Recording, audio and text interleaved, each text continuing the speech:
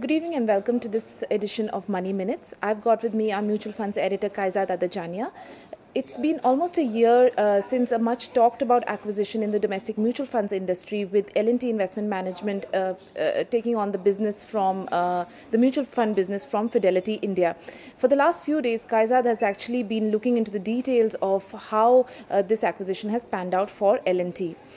Hi Kayezad, so tell us, refresh our memory about what this acquisition was about and how L&T actually took over the business from Fidelity India. Okay. So as you rightly pointed out, the acquisition of Fidelity happened sometime last year in the month of March. Now the terms of the acquisition at that time were that the schemes, all the schemes, the equity schemes as well as the debt schemes would get transferred to L&T. The equity fund managers were not part of the deal, so they went back to Fidelity and managing their international business in India.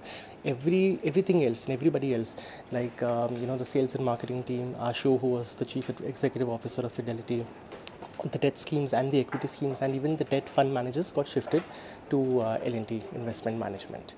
And of course, there was a transition period of about 7-8 months, which was made clear to us at that time that during this transition period, the Fidelity fund managers would be around to help L&T get acquainted with the process of Fidelity, process of managing Fidelity funds.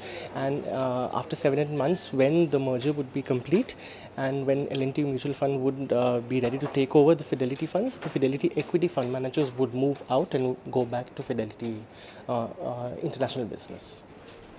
Okay, so for any fund house, the two areas of focus are the performance of the funds and of course growing their assets under management. So how has this worked out for L&T post the acquisition?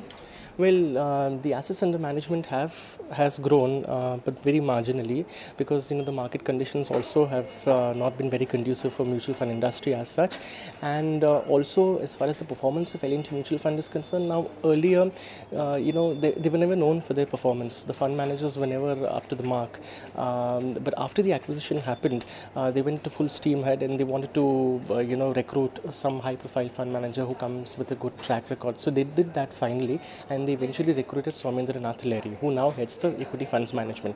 Now, it will take time for L&T Mutual Fund to come back on track, for the performance to come back on track. Soumendra is a good fund manager, and I believe that Soumendra will eventually turn the funds around, but it will take time.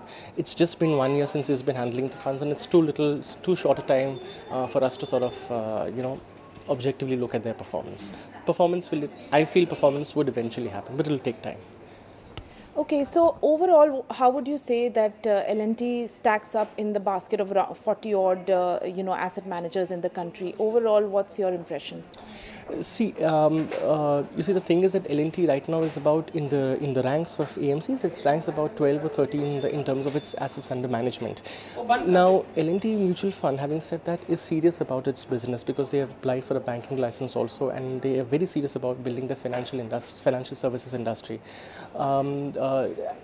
So they've put in the money, they've poured the money, they have the resources. Now all they need is time and track record to build over this period of time to gain some amount of respectable traction.